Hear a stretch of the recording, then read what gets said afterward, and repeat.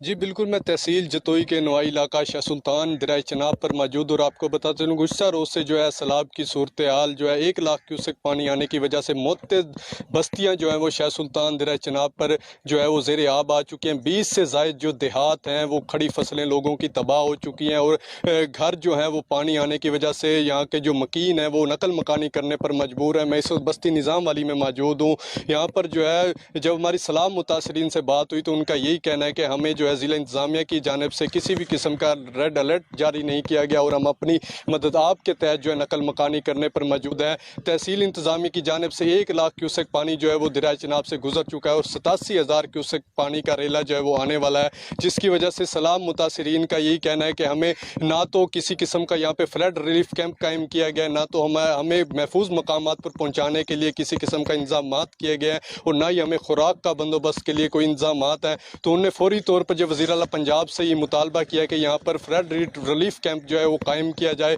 اور ہمیں محفوظ مقامات پر پہنچانے کے لیے جو ہے بندوبست کیا جائے۔ جی